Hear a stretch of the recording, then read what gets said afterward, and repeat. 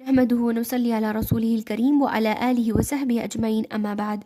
السلام علیکم ورحمۃ اللہ وبرکاتہ۔ سورۃ الکہف کی گزشتہ ویڈیو میں ہم لوگوں نے اصحاب الکہف کا واقعہ سیکھا تھا، معلوم کیا تھا، اور ہم لوگ آیت نمبر 14 تک پہنچے تھے، جہاں پر ہم نے دیکھا تھا کہ کیسے اللہ تعالیٰ نے ان نوجوانوں کے دلوں کو مضبوط کر دیا اور کیسے یہ لوگ ساری دنیا کے سامنے بادشاہ کے دربار میں ڈٹ کر کھڑے ہو گئے اور اللہ تعالیٰ کی وحدانیت کا انہوں نے اعلان کیا اور کہا کہ ہمارا رب وہی ہے جو آسمان اور زمین کا رب ہے، ہم اس کے سوا کسی اور کی عبادت ہرگز نہیں کریں گے۔ چلیے آگے بڑھتے ہیں، کیا ہوا اس کے بعد۔ اعوذ باللہ من الشیطان الرجیم، بسم اللہ الرحمن الرحیم۔ ہؤلائی کا جو لفظ ہے یہ پلورل فارم ہے ہوا کا، وہ کے لیے یوز ہوتا ہے، جیسے ہم لوگ انگلش میں دس کہتے ہیں، اشارے کے لیے یوز ہوتا ہے۔ ہؤلائی قومنا، یہ ہماری قوم، اتخذوا، انہوں نے بنا لیا ہے، من دونہ، اس کے علاوہ، آلہہ، معبود،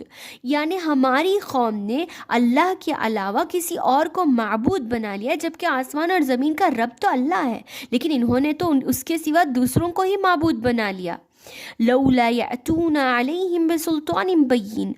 اگر یہ لوگ سچے ہیں، لولا یأتون، کیوں نہیں لاتے، علیہم، اس بات پر، بسلطان بین، ایک واضح دلیل، سلطان ایک پروف، ایک دلیل، ایک واضح اور صاف دلیل کیوں نہیں لاتے یہ لوگ؟ اگر یہ لوگ جو بت یہ اپنے ہاتھ سے بناتے ہیں اگر وہی عبادت کے لائق ہیں تو اس بات پر یہ لوگ پروف کیوں نہیں لاتے؟ فمن ازلم، کون زیادہ ظالم ہو سکتا ہے، ممن افترا، اس شخص سے جو گھڑتا ہے، علی اللہ، اللہ پر، کذبا، جھوٹ کو، اللہ پر کے لیے یوز ہوتا ہے، یعنی بولنے کا مطلب یہ ہے کہ اس شخص سے زیادہ ظالم اور کون ہو سکتا ہے جو اللہ تعالیٰ پر جھوٹ گھڑتا ہے۔ اللہ تعالیٰ پر جھوٹ گھڑنا تو سب سے بڑا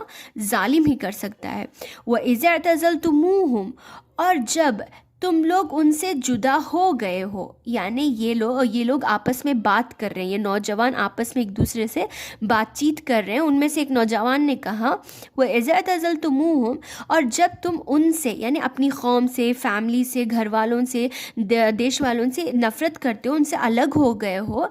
تو وَمَا يَعْبُدُونَ إِلَّا اللَّهُ، اور ان سے بھی جس کی وہ لوگ اللہ کے سوا عبادت کرتے ہیں، یعنی بتوں کی، یعنی جب تم ان بتوں سے اور ان لوگوں سے الگ ہو ہی چکے ہو، روحانی اعتبار سے انہیں پسند نہیں کرتے، فَاوْا إِلَى الْكَهْفِ، تو پناہ لے لو، إِلَى الْكَهْفِ، غار میں۔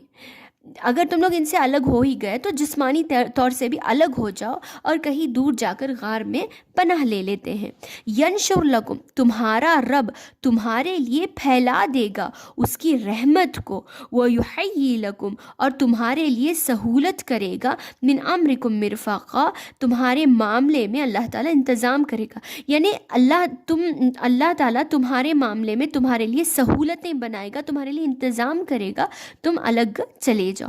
تو ہوا ایسا ہی، ان لوگوں نے لوگوں سے علیحدگی اختیار کر لی اور وہ لوگ جا کر غار میں چھپ گئے۔ اس کے بعد دقیانوس اور اس کی ساری قوم انہیں ڈھونڈتی رہی، لیکن اللہ تعالیٰ نے انہیں یوں حفاظت کی کہ ان لوگوں کو وہ لوگ نہ مل سکے، بالکل اسی طریقے سے جیسے حضرت ابوبکر اور اللہ کے رسول صلی اللہ علیہ وسلم جب غار ثور میں چھپ گئے تھے ہجرت کے وقت، تو دشمن ان کے سر پر آ کھڑے ہوئے لیکن انہیں دیکھ نہیں سکے، تو رب جس کی حفاظت کرے اس کی کون دوسرے اسے دیکھ سکتے ہیں۔ دیکھیے اللہ رب العزت نے کیسے ان کی حفاظت کی۔ تو جو شخص اللہ تعالیٰ کی راہ میں تھوڑی سی کوشش کرتا ہے سچے دل سے، اللہ تعالیٰ اسے پورا اپنا کر لیتا ہے، اور اللہ تعالیٰ اس کے